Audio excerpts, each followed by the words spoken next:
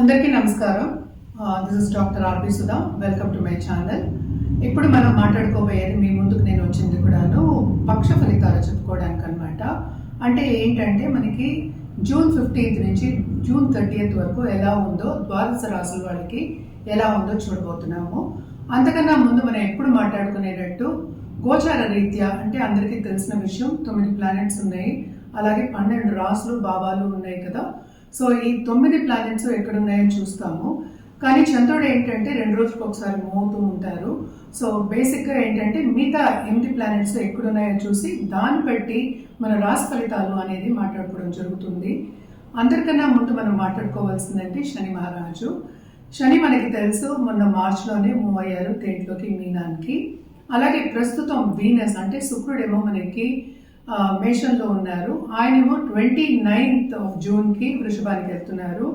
అలాగే మనం చూసాము అంటే మెర్కురీ అంటే బుధుడు ప్రస్తుతం ఏంటంటే మనకి జెమిని అంటే మిథునంలో ఉన్నారు. 22nd జూన్కేమో ఆయన కర్కాటకానికి వెళ్తున్నారు అనమాట. అలాగే మనం చూసాము అంటే సన్ మూమెంట్ కూడా మనకి 15th అవుతుంది, జూన్ 15th మిథునానికి వస్తున్నారు.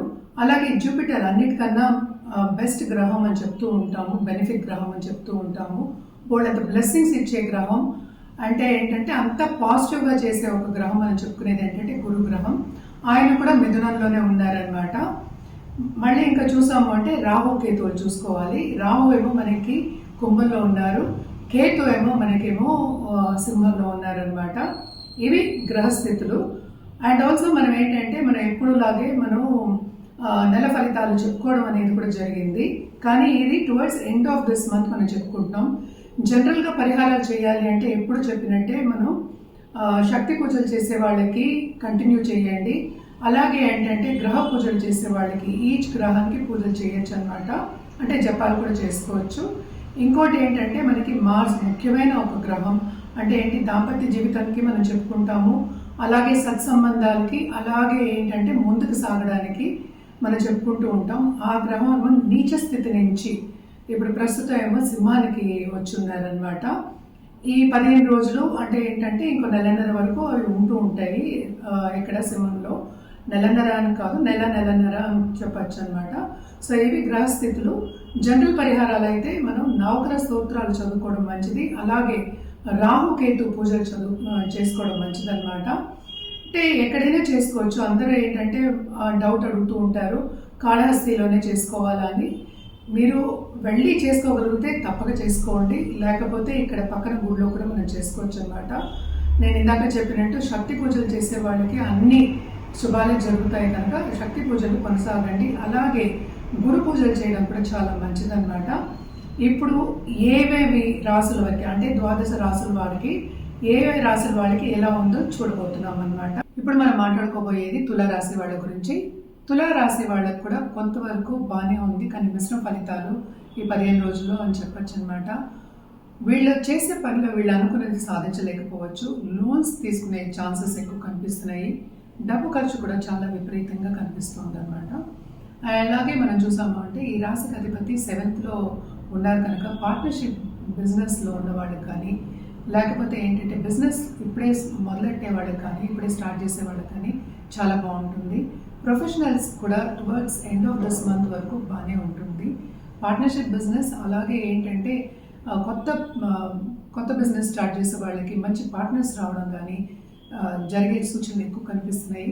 అలాగే ఏంటంటే దాంపత్య జీవితంలో కూడా వెతికే వాళ్ళకి కొత్త లవ్ పార్ట్నర్ కావాలి, అలాగే దాంపత్య జీవితంలో లైఫ్ పార్ట్నర్ కావాలి అనుకునే వాళ్ళకి శుభ సూచనలు కనిపిస్తున్నాయి అన్నమాట.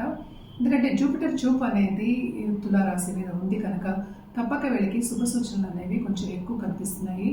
అలాగే మనం చూసాము అంటే 11th లార్డ్ కూడా సన్ కూడా మనకి ఏంటంటే మనకి 9th ఉన్నారు. సో తప్పక ఏంటంటే భాగ్యం అనేది డెవలప్ అయింది, కానీ ఈ 15 రోజులు మాత్రం మిశ్రమ ఫలితాలు అనేవి ఘోషిస్తున్నాయి. అండ్ ఆల్సో 9th లార్డ్ 9thలోనే ఉన్నాడు.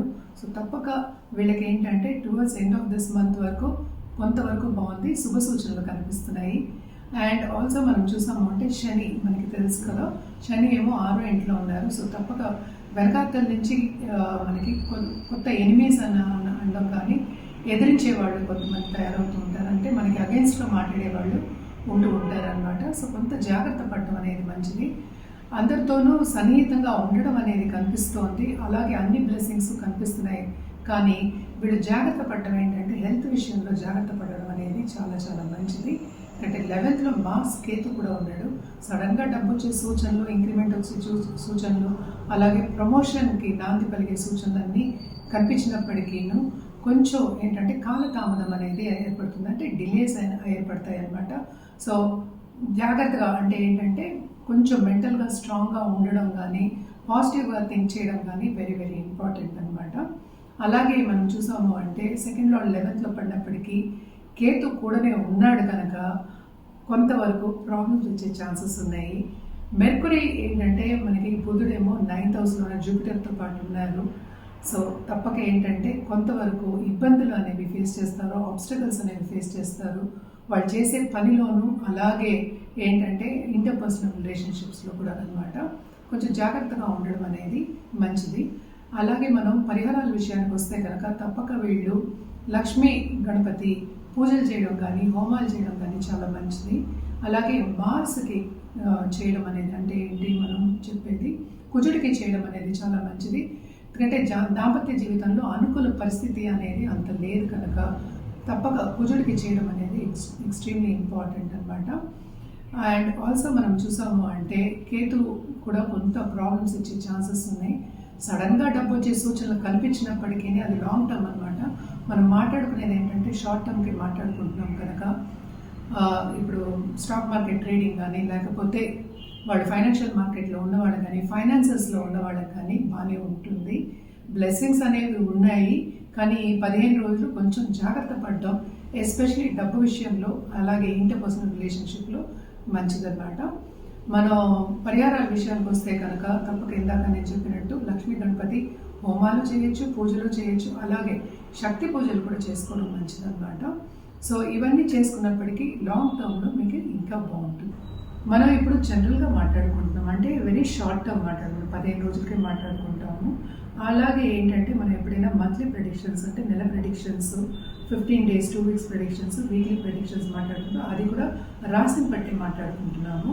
సో రాశిని బట్టి మాట్లాడుకున్నప్పుడు మనం ఒకే ఒక గ్రహం గురించి మాట్లాడతాము. అంటే మిగతా ప్లానెట్స్ గురించి సత్సంబంధాలు చూసుకుని మనం మాట్లాడతాం అన్నమాట.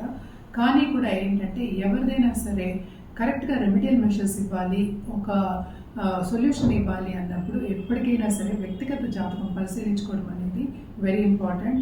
చాలామంది నన్ను అడుగుతూ ఉంటారు జెమ్స్ గురించి కూడా, జాతిరత్నాల గురించి, అలాగే కలర్స్ గురించి కూడా.